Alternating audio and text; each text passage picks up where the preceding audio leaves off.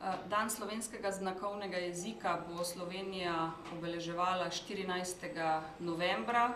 Kot razlog za to smo navedli objavo zakona o uporabi slovenskega znakovnega jezika. Po naši oceni je bila to velika prelomnica za ljudi, ki to uporabljajo.